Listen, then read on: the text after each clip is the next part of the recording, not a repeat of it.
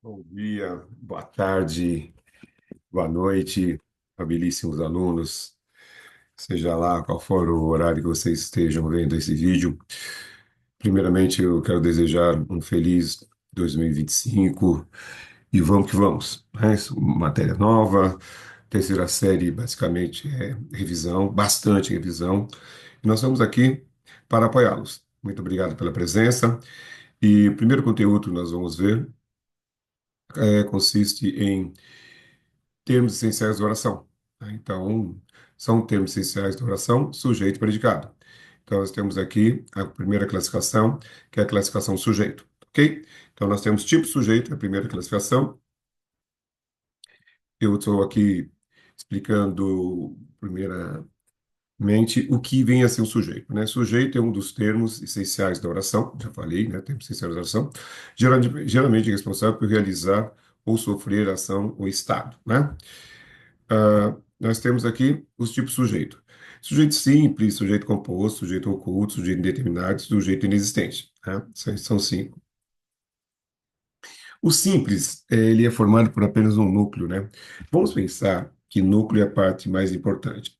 Aí você vai falar assim, mas se numa sentença, como que eu acho sujeito? Simples. Você vai fazer a pergunta ao verbo. Por exemplo, aqui, a secretária atendeu todas as chamadas. Então, vou fazer a pergunta ao verbo. Quem atendeu todas as chamadas? Naturalmente, a secretária. A mesma coisa. Eles pediram ajuda a alguém? Quem pediram ajuda a alguém? Eles. Minha blusa amarela ficou manchada. Quem ficou manchada? Minha blusa amarela. O telefone ainda não parou de tocar. Quem ainda não parou de tocar? O telefone. Então, nós temos aqui um jeito muito simples de achar o sujeito, tá bom? E nós vamos achar o sujeito sempre fazendo pergunta ao verbo. Essa é uma das características de achar. Eu acho um método mais fácil de achar o sujeito e não tem como errar, tá bom? Aqui. Você está falando, mas a secretária, minha blusa amarela, o telefone, tem mais de um elemento. Sim, tem mais de um elemento, mas não mais de um núcleo. A palavra mais importante, a secretária atendeu todas as chamadas, é secretária. Eles pediram ajuda a alguém? É eles. A minha blusa amarela ficou manchada, né? Blusa, certo? A minha e a amarela são adjuntos adnominais. Aqui o telefone, né? Isso, o telefone é o núcleo do sujeito, a palavra mais importante, ok? Qualquer coisinha, vocês podem fazer a pergunta, nós vamos lá, né? Vamos lá esclarecer. Nós lerem as perguntas da sala de aula, estamos lá para ajudá-los, viu? Vamos lá. Sujeito composto. Sujeito composto é aquele que apresenta mais de um núcleo, né? Poderá ser formado também por mais de um termo. O predicado ficará obrigatoriamente com a concordância com os dois. Lembrando que predicado, não é isso? É tudo que se fala do sujeito, aquele o qual declara algo sobre o sujeito, seu predicado. A secretária e o estagiário atenderam todas as chamadas. Aqui, quem atenderam todas as chamadas? Aqui, a secretária e o estagiário. Dois núcleos, secretária e estagiário. Ele e ela pediram ajuda a alguém? Quem pediu ajuda a alguém? Ele e ela, né? Nós temos dois núcleos. A minha blusa amarela e a minha saia azul ficaram manchadas. Blusa amarela, né? Isso, e saia azul são exatamente os sujeitos. Aqui nós temos sujeito composto. Núcleo, blusa e saia, né? São as palavras mais importantes. O telefone e a campainha ainda não pararam de tocar. Telefone e campainha, núcleos, certo? São os termos mais importantes dessa sentença, ou seja, do sujeito. São dois elementos, logo nós vamos ter sujeito composto, ok? Depois do sujeito composto, nós vamos ter o sujeito oculto. Ele não está expresso na oração, mas nós podemos identificá-lo por meio do verbo, né? É, aqui, o sujeito oculto é aquele que não está enunciado na oração, mas pode ser facilmente identificado pelo contexto, tá? Sua identificação é feita através de uma referência anterior ou da desinência verbal, ou seja, da terminação da forma verbal conjugada numa determinada pessoa, tá? Corri o mais que pude, mas não alcancei. Quem corri? eu, sujeito oculto eu, né? Estamos estudando alemão por motivos profissionais. Quem estamos estudando alemão? Nós, sujeito oculto. Meus amores esperavam, meus amores, esperem por mim aqui. Quem, né? Quem tem que dizer? Quem espere, né? Vocês, né? Estava decidida. Saiu de casa e não olhou para trás. Quem estava decidida? Ela, não é isso? Então, aqui nós temos um sujeito oculto que é facilmente identificado pela desinência verbal, né? Ou pelo contexto. Sujeito determinado. Sujeito determinado é muito importante porque o sujeito não está expresso na oração, certo? Ou seja, deixa eu só melhorar aqui para deixar um pouquinho mais claro para vocês. O sujeito, ele não é possível identificar quem foi que praticou a ação, tá? Então, alguém praticou a ação, houve uma ação, mas não dá para determinar, não dá para acusar ninguém. Cuidado, muitas vezes, por ele vir na terceira pessoa, dos plural, aí cai na terceira pessoa, eles, não. Não é tão simples assim, né? Eles quem? Essa é a questão, né? Por exemplo, roubaram o Banco do Brasil. Quem roubaram? Eles. Ah, então a polícia ia lá prendê-los. É uma coisa fácil, né? Só precisa entender. Não é tão simples assim, tá bom? Então cuidado com isso. O sujeito determinado é um sujeito que não se consegue determinar, ou seja, que não se consegue identificar na oração. O sujeito é indeterminado nas orações formadas por verbo da terceira pessoa do plural, sem qualquer referência anterior. Tá bom? É isso. Ah, tá aqui. Como que é formado o sujeito indeterminado, né? Indeterminado, vou falar direitinho para você. Ah, o professor falou rapidinho, eu não entendi nada que ele falou assim. Então, eu vou repetir para você, tá ok? Sujeito indeterminado, ok? É isso. Primeira formação, terceira pessoa do plural, certo? Sem referência anterior.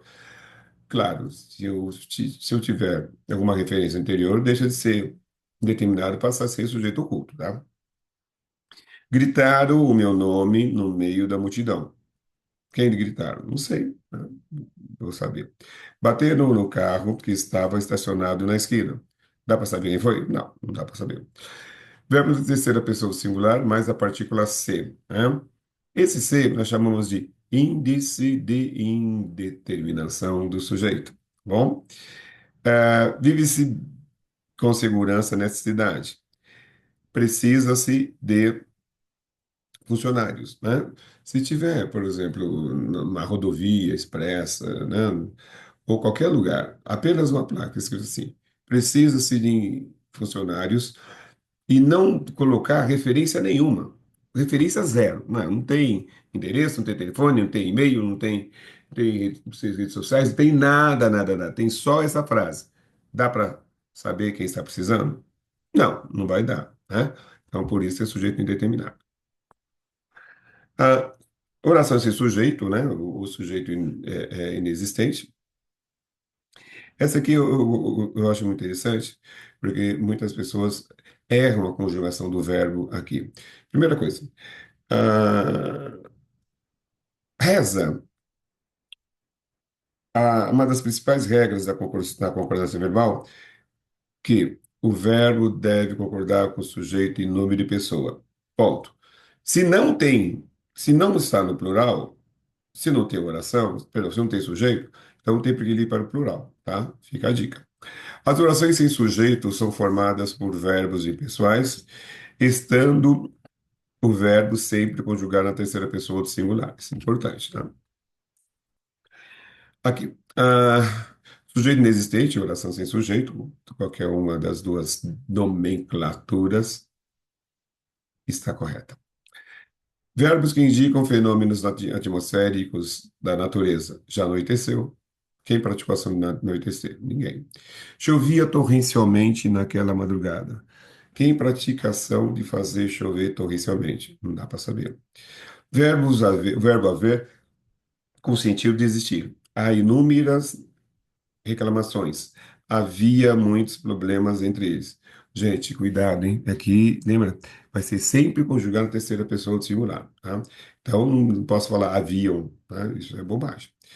Verbo fazer, indicando tempo decorrido. Faz 5 anos que ela trabalha aqui. Cuidado com essa construção, que muitos chegam lá para caprichar e falam: ah, fazem 5 anos que ela trabalha aqui. Não, isso aí é a maior gelada, tá? Maior gelada. Não mesmo, tá? Então, eu tenho que tomar muito cuidado, porque nesse caso aqui, não é fazem 5 anos, e sim faz 5 anos que ela trabalha aqui. Já faz 1 hora de espera, né? Então, observe que todos os verbos aqui são verbos que estão impessoais, estão na terceira pessoa singular. Aqui nós temos uma referência, né? Que eu gosto sempre de dar referência de onde tira, a gente tira, e também nós temos, seguimos na nossa apostila, tá bom? Bom, nobilíssimos alunos, ah, é importante que vocês façam os exercícios previstos na, na apostila e que nós também temos o, os TCs. Façam as atividades, os exercícios dos trabalhos complementares, não é isso? Que nós vamos corrigir em sala de aula, tá ok? Bom, por enquanto é só. Eu espero que a aula tenha sido, não é isso, muito importante para vocês.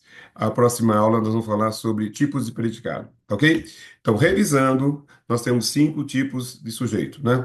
Sujeito simples, o sujeito é aquele que apresenta apenas um núcleo. Lembrando que núcleo é a palavra mais importante.